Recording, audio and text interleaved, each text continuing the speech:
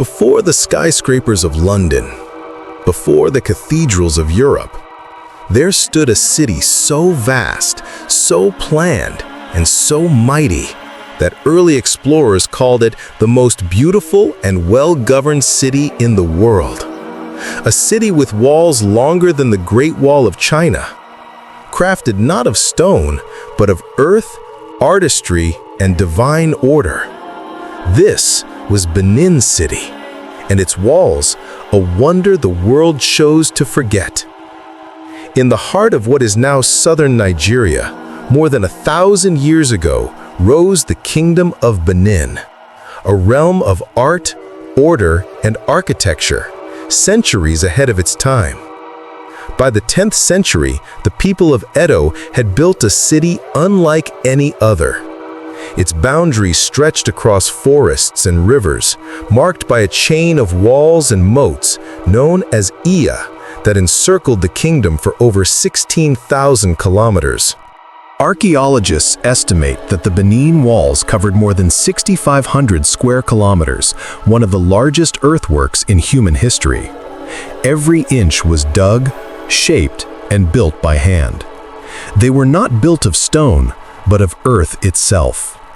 Workers dug deep moats and used the excavated soil to create towering ridges, compacted until harder than concrete. Some walls reached 30 feet high, with ditches equally deep. Together, they formed a living fortress, a defense system so vast it took centuries to complete. Every district, every chief's home, every market was surrounded by its own protective walls. Benin was not just a city, it was a network of kingdoms within kingdoms. At its center stood the Oba's Palace, a masterpiece of red clay courtyards, carved pillars, and bronze plaques that told the kingdom's story. The architecture reflected divine order, the balance between earth, sky, and spirit. Every street ran in straight lines, connecting gates to shrines and markets to the royal court. By the 15th century, Benin City was already a global center of trade and diplomacy. The Obas welcomed Portuguese explorers, long before England even dreamed of empire. They described the city as so well laid out, it would be difficult to find its equal in Europe. But the walls were not just beauty, they were defense, spiritual and strategic. Benin's engineers built deep moats to trap invaders and raised barriers to block cavalry and artillery. The city gates were guarded by sacred totems, carved leopards, iron bells, and bronze masks believed to summon ancestral protection. No enemy entered Benin without fear. For centuries, its walls kept peace within and invaders out. But peace would not last. By the late 19th century, Britain hungered for control of Africa's riches. Palm oil, ivory, bronze, all flowed from Benin's markets. And when Oba Ovenramwen resisted colonial control, Britain answered with fire. In 1897, a British invasion force of over 1,200 men marched toward Benin. Their mission, not diplomacy, but revenge and destruction. They stormed the city with guns and flames. The walls that had stood for centuries crumbled under cannon fire. The palaces burned, the shrines desecrated, and what could not be destroyed was stolen. Thousands of priceless artworks, the Benin bronzes, were seized and sold to museums across Europe. The Great Walls, once among the world's largest architectural wonders, were torn apart. Today, only fragments remain, buried beneath the soil of modern Benin City. More than a century later, the earth still remembers. Beneath the streets of modern Edo State lie the remnants of moats and embankments, traces of the genius that built a kingdom from red clay. Archaeologists have mapped them, historians have praised them, but few outside Africa have ever heard their story. If rebuilt today, the Great Walls of Benin would circle half of England. They are among the largest man-made structures ever created, yet still absent from most world history books. For the Edo people, the walls were more than defense, they were spirit. Every layer of earth was a promise to ancestors, every gate a guardian. When the walls fell, it was more than a city that burned. It was memory itself. But history never dies. It waits to be remembered. Across the world, museums are finally returning the stolen treasures of Benin.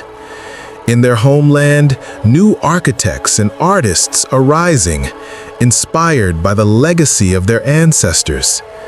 The Edo Museum of West African Art, now being built in Benin City, stands as a symbol of rebirth, a place where the story of the walls will live again. The earth that once built walls will now build bridges between past and future, memory and pride. Because the story of Benin is not a tragedy, it is a return. Long before Europe's castles, long before its empires, Africa had its own marvels, carved from soil, spirit, and science. The Great Walls of Benin were not lost. They live in the blood of the Edo, in the memory of a people who still call this land home. And as the world begins to remember, the red earth will speak again.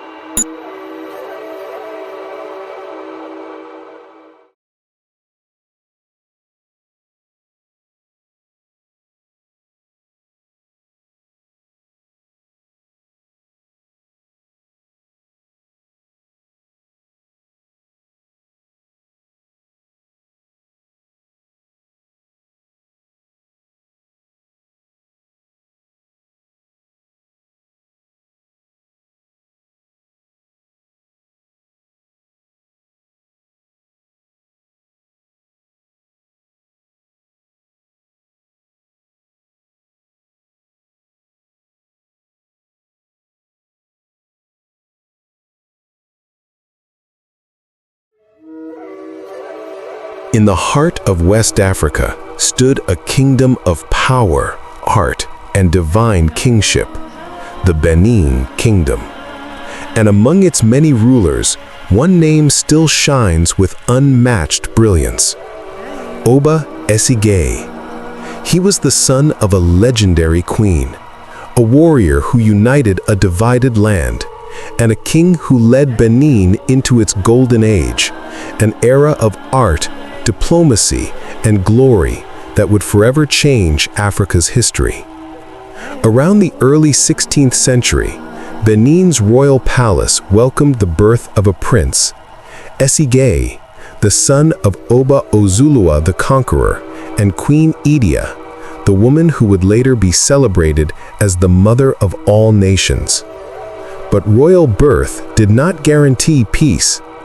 After his father's death, Benin faced a bitter succession war between Esige and his brother Adouan, who ruled from Udo, a rival city with ambitions to take the throne.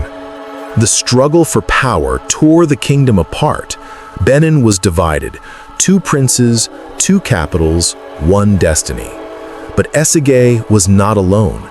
Behind him stood Queen Idia, a woman of extraordinary courage, wisdom, and spiritual might. Idia became her son's greatest ally. Through her guidance, diplomacy, and mystical protection, Esige triumphed. After years of fierce battle, the prince emerged victorious. He ascended the throne as Oba Esige, ushering in a new era for the Benin Kingdom. Oba Esige's reign was unlike any before it. For the first time in Benin's history, a woman held political and spiritual power at the highest level. Queen Idia became the first Ioba, the queen mother of Benin.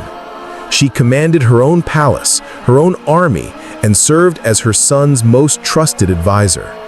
It was said that no war was fought, no decision made without the counsel of Idia. Her wisdom and bravery turned the tides of history and gave rise to one of Africa's most iconic symbols, the Idia ivory mask, a masterpiece that still represents Nigerian art and heritage today. Peace, however, was short-lived. The neighboring kingdom of Ida, powerful and ambitious, challenged Benin's authority in a war that would test Ezegi's strength as a ruler. For years, fierce battles raged along the river plains. But once again, Queen Idia's spiritual protection and Ezegi's leadership brought victory. Benin triumphed, its borders secure, its enemies humbled, its glory renewed. Under Ezegi, Benin reached beyond Africa's shores. He established diplomatic relations with Portugal, a European power rising across the seas. Ambassadors were exchanged, and trade flourished in ivory, pepper, coral, and bronze. Benin's art began to reflect this global connection, depicting ships, crosses, and foreign visitors alongside traditional scenes. Through diplomacy, Ezegi positioned Benin not as a colony, but as a sovereign empire, equal in prestige to any European kingdom of the time. Ezegi's reign marked the height of Benin's artistic genius. The royal guilds of bronze casters, ivory carvers, and wood sculptors flourished under his patronage. They immortalized the Oba's victories, rituals, and divine heritage in metal and stone, creating the Benin bronzes that would one day astonish the world. Each plaque was more than decoration. It was a royal archive, a story carved in eternal bronze. Oba Ezegi ruled with balance, a warrior's courage, a diplomat's wisdom, and an artist's soul. He strengthened Benin's political structure, expanded its influence, and ensured that knowledge and creativity thrived side by side with power. When he died, he left behind a kingdom at its peak, a city admired by travelers, a dynasty guided by divine tradition, and a people united under the spirit of the Oba. Centuries later, the legacy of Oba Ezegi and Queen Idia still endures in the art, the festivals, and the hearts of the Edo people.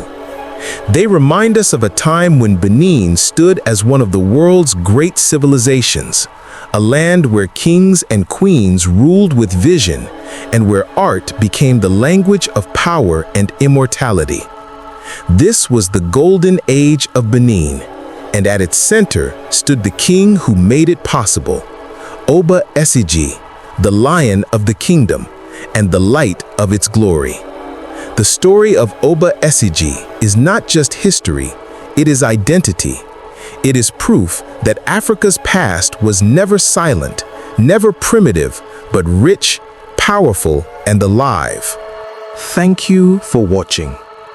If you love stories of Africa's forgotten empires, subscribe and join us as we continue the journey through the legendary history of the Benin Kingdom.